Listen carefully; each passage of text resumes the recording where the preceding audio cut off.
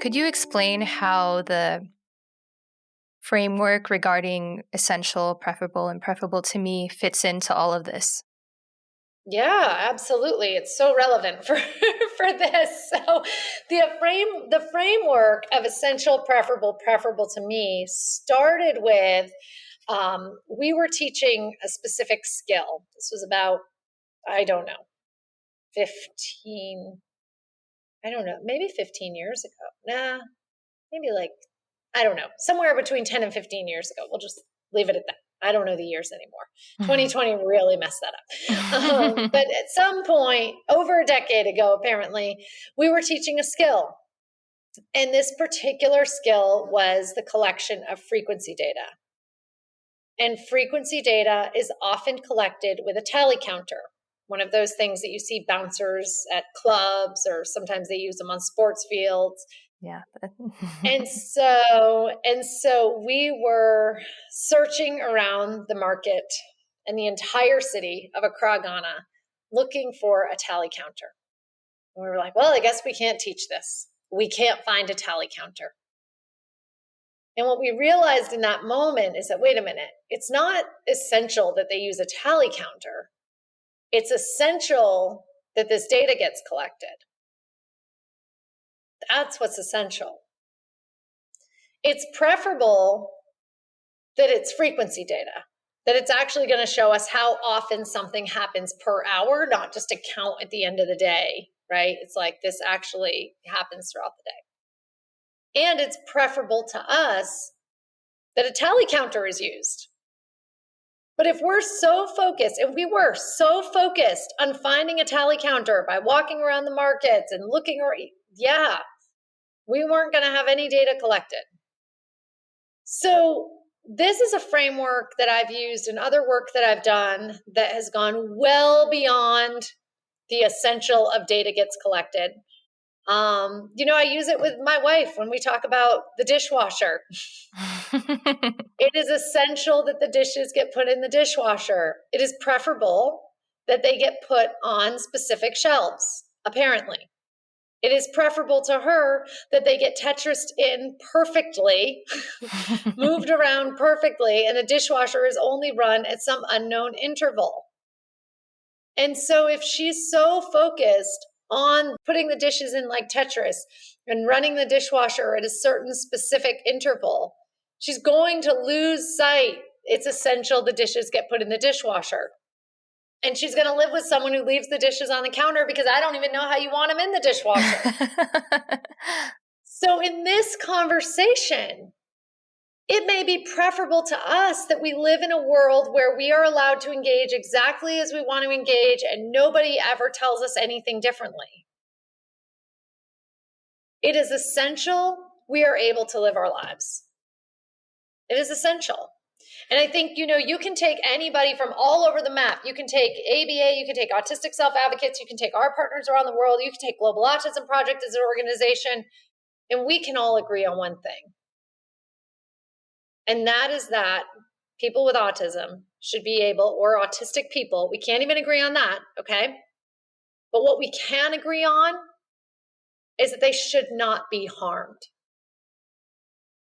They should not have their lives taken from them. We can all agree on that.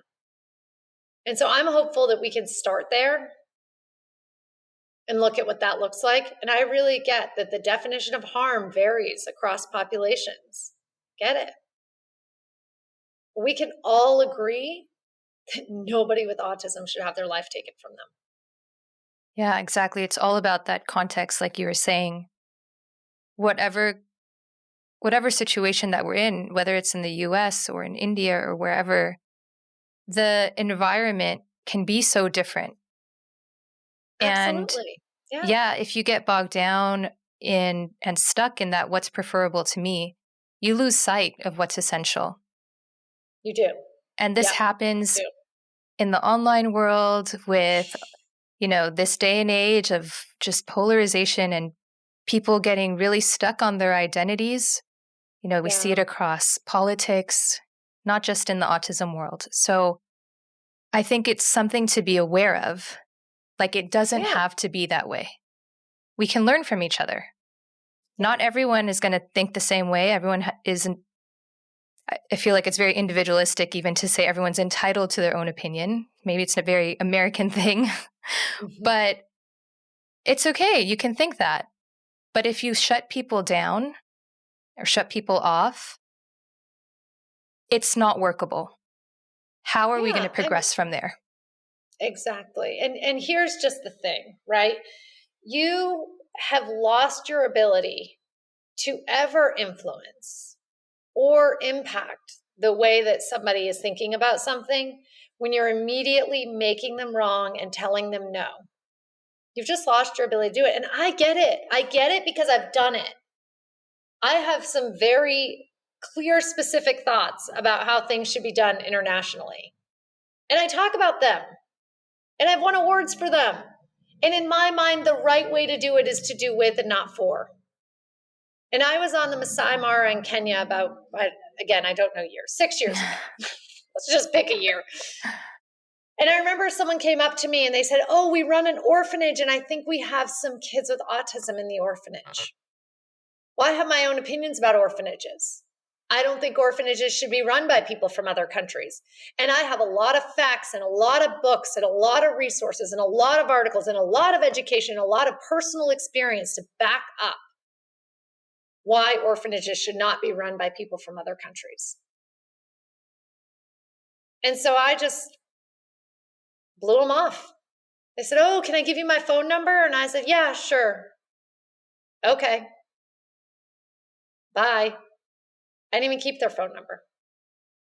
Because what's preferable to me is that you're not working with kids in an orphanage. What's essential is that those kids with autism in the orphanage get access to a community who can support their needs. Yeah. I could have built a relationship with those people running the orphanages. I don't know how many orphanages they run. I cut off any chance at possibility. Possibility was no longer present. I got rid of their phone number. I'm not dealing with an orphanage, please. We thought about that back in Ghana. We learned about that. No, we don't do that here.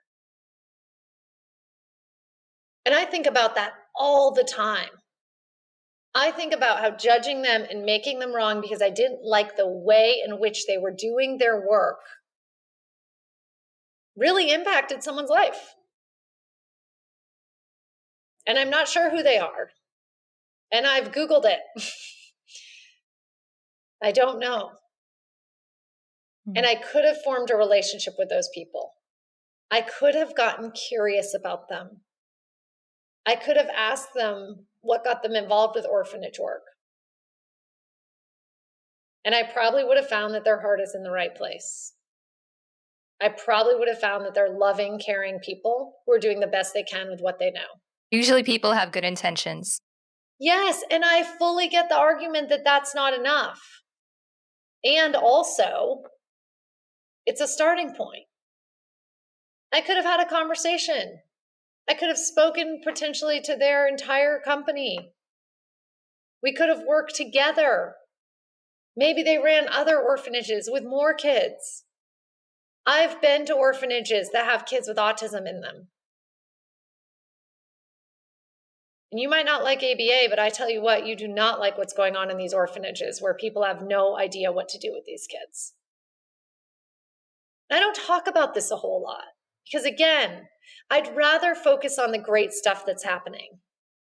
But I think it's important, especially as we've all been forced to engage on the internet in sound bites and emojis.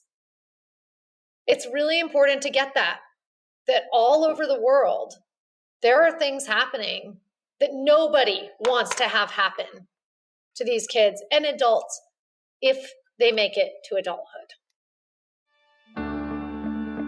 You've been watching Autism Knows No Borders.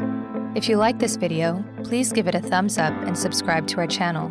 Also, we'd love to hear from you, so let us know what you think in the comments section. Click here to watch this interview in its entirety.